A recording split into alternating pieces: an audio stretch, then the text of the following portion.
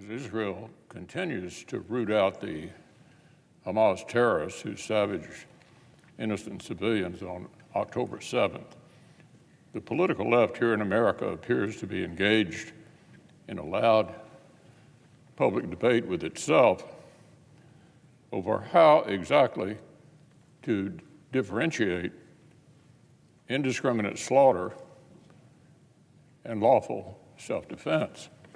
Last week, an especially radical House Democrats repeated to her followers a call to eliminate the Jewish state from the river to the sea.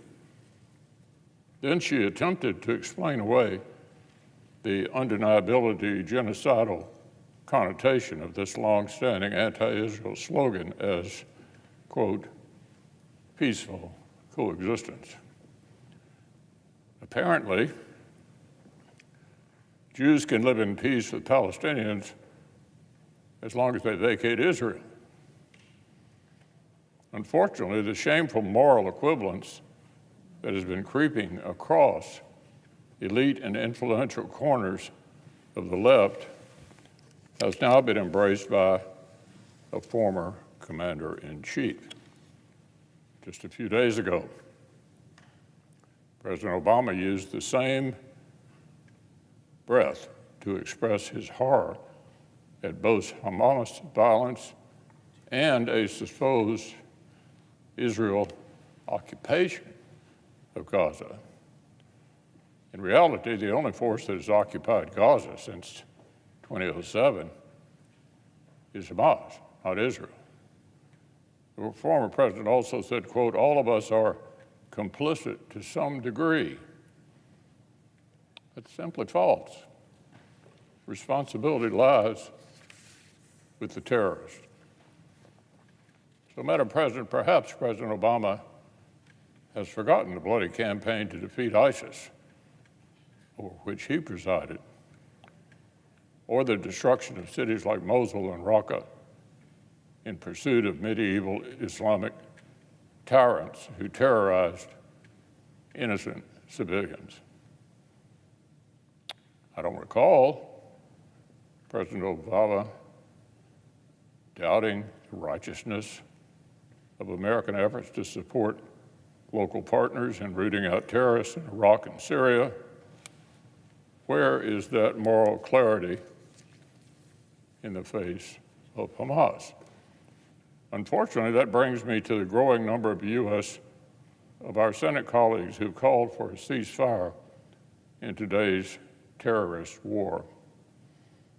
I would remind our colleagues that Israel had negotiated a ceasefire with Hamas over the summer. And we all saw where that led on October 7th. Return to any such arrangement right now would be amnesty for the butchers of innocent Israelis and Gazans alike.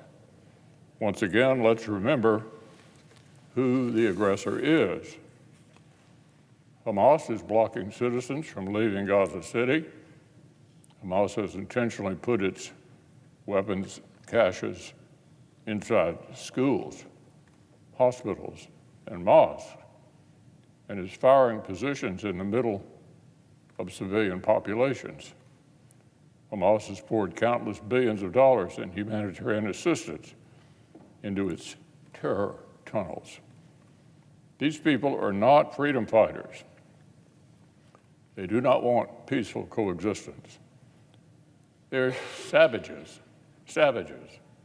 cut from the same cloth as ISIS and al-Qaeda. There's no room for moral equivalency. The distinction between good and evil here is blindingly obvious. Fortunately, some do recognize this. The Vice Chancellor of Germany, a member of his country's Green Party, didn't have any trouble finding the moral clarity this moment requires. In an address to the nation last week, he said, Hamas does not want reconciliation with Israel, but the extermination of Israel.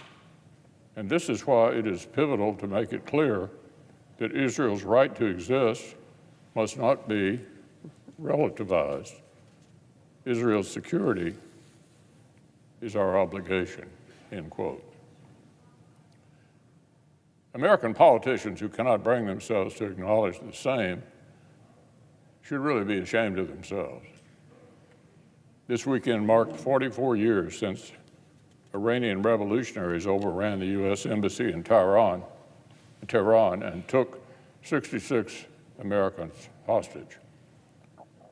Today, Americans are once again held hostage by forces aligned with Iranian tyranny. Many more Israelis are held alongside them, and Israel deserves the time, space, and support it needs to bring these terrorist captors to justice.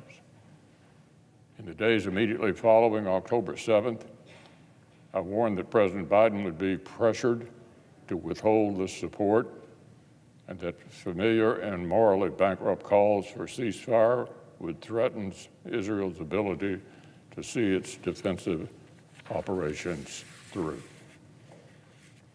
And so here we are, nearly a month later, watching the movement to grant Hamas amnesty reach the highest levels of our government.